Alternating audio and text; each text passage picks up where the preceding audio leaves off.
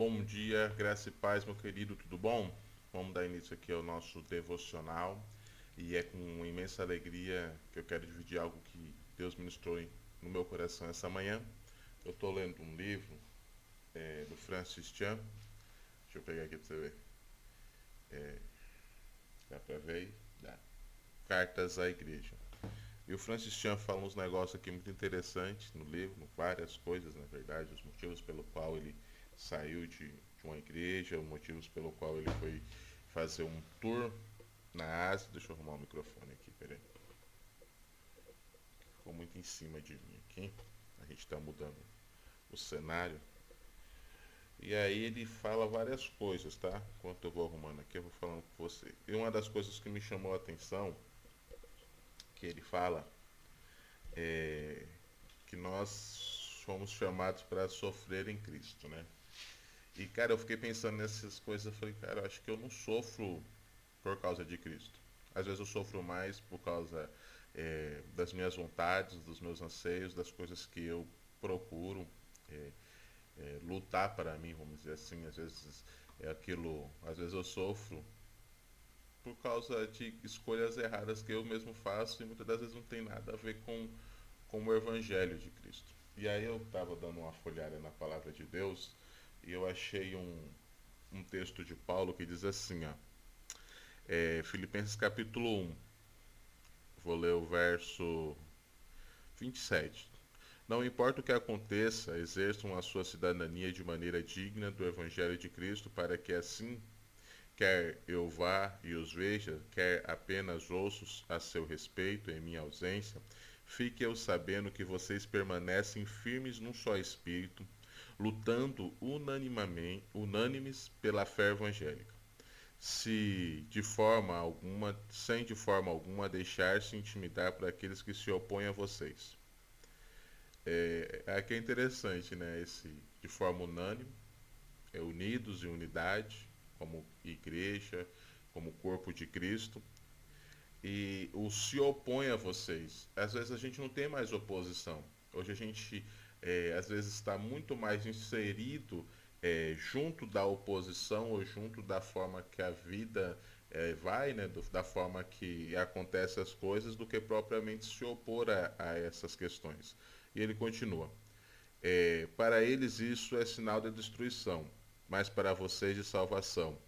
E é isso da parte de Deus. Aí o que mesmo me chamou a atenção foi o verso 29, que diz assim: Pois a vocês foi dado o privilégio de não apenas crer em Cristo. Então ele quer dizer que nós temos o privilégio de crer em Cristo, de viver essa crença. É que Cristo morreu por nós, que o Evangelho chegou até nós, e chegando até nós, nós somos salvos em Cristo porque nós cremos nele.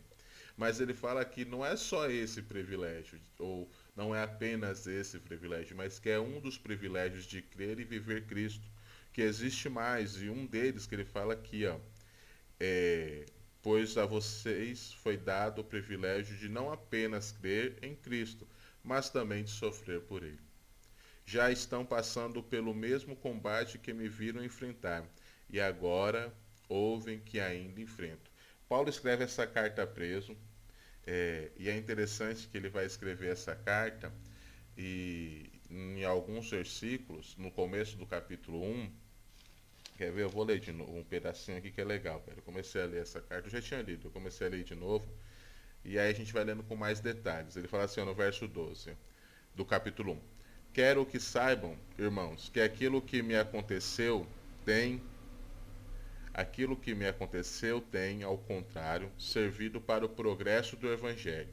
Como resultado, tornou-se evidente a todos a guarda do palácio e a todos os demais que estou na prisão por causa de Cristo.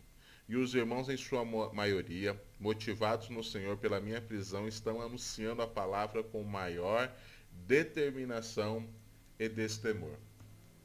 Paulo está feliz porque está preso, porque a prisão dele levou as pessoas a se motivarem a estarem pregando o Evangelho. E às vezes eu fiquei pensando hoje, quais são as perseguições e quais são as prisões? Tem outro texto aqui, também muito interessante, eu vou ver se eu acho aqui, peraí, é Atos.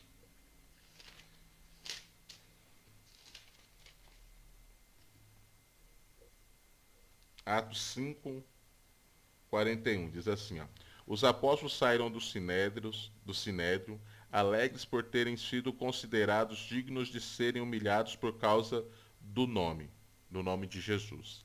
Todos os dias no templo e de casa em casa não deixavam de ensinar e proclamar que Jesus é o Cristo. Esses caras tinham sido presos, eles tinham ficado perante os sacerdotes do Sinédrio.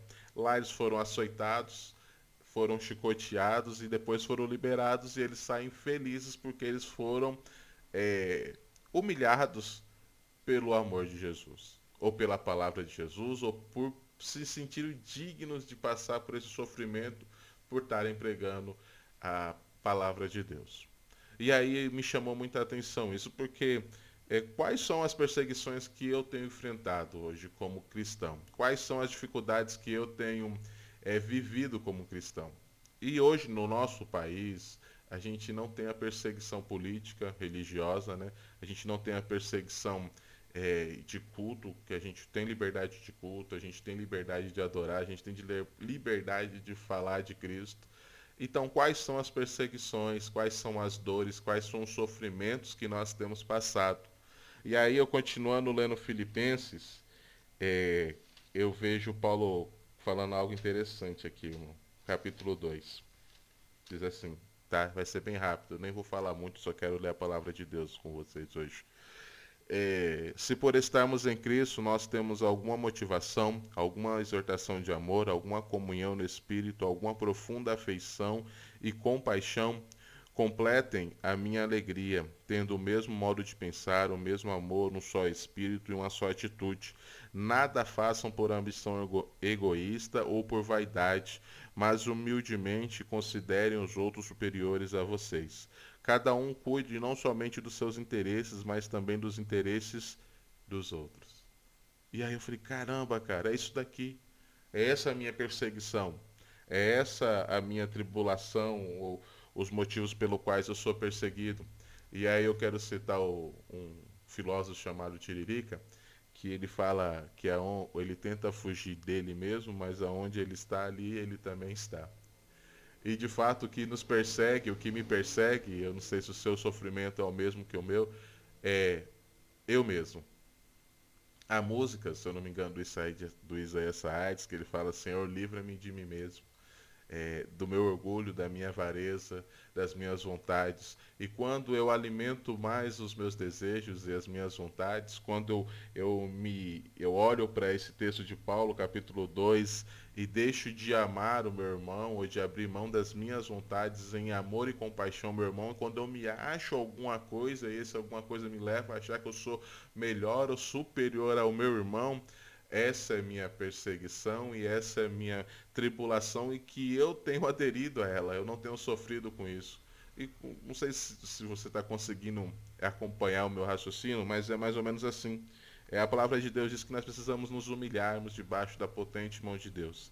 A palavra de Deus diz aqui que se porventura é, nós temos alguma motivação e alguma exortação em amor, alguma comunhão no Espírito, alguma profunda afeição e compaixão. Então Paulo fala, se de fato você é cristão, se de fato você ama Jesus, se de fato você ama o seu irmão, se realmente você está disposto a sofrer por Cristo, você precisa completar a alegria dele. A alegria de Paulo é estar sofrendo em amor de Jesus.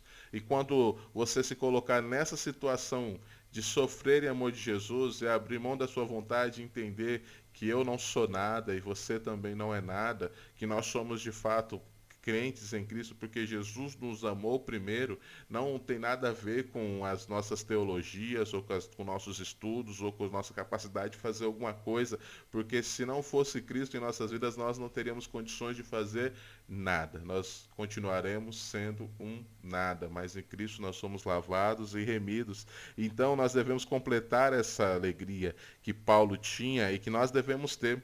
E essa alegria é o quê? Nós precisamos ter o mesmo modo de pensar e o mesmo amor. Quando nós estamos em comunidade cristã, ou quando nós estamos na igreja, ou quando nós estamos em casa, nós precisamos de fato viver esse Cristo e abrir mão das nossas vontades, do nosso orgulho e da nossa avareza, da nossa arrogância. E ele continua: o mesmo amor e um só espírito, uma só atitude. Então, quando Paulo fala isso, ele está falando, dizendo para nós assim, não é mais o que você quer, mas sim o que Cristo quer para você. Porque se nós analisarmos, irmãos, aqueles apóstolos, eles não queriam de fato serem humilhados, eles não queriam de fato serem torturados, mas eles passaram por isso e eles encontraram essa alegria porque eles sabiam que quem sustentava eles era um Cristo. E o orgulho deles, de fato, era sofrer aquilo em amor a Deus. E o nosso orgulho hoje não é, às vezes, abrir mão das nossas vontades em amor a Deus, mas o nosso orgulho hoje está em nós impormos os nossos partidos, impormos as nossas vontades, impormos aquilo que nós somos e queremos pisar de fato, às vezes de maneira inconsequente ou até consequente mesmo, nas pessoas. E aí Paulo fala, não, a alegria não é essa.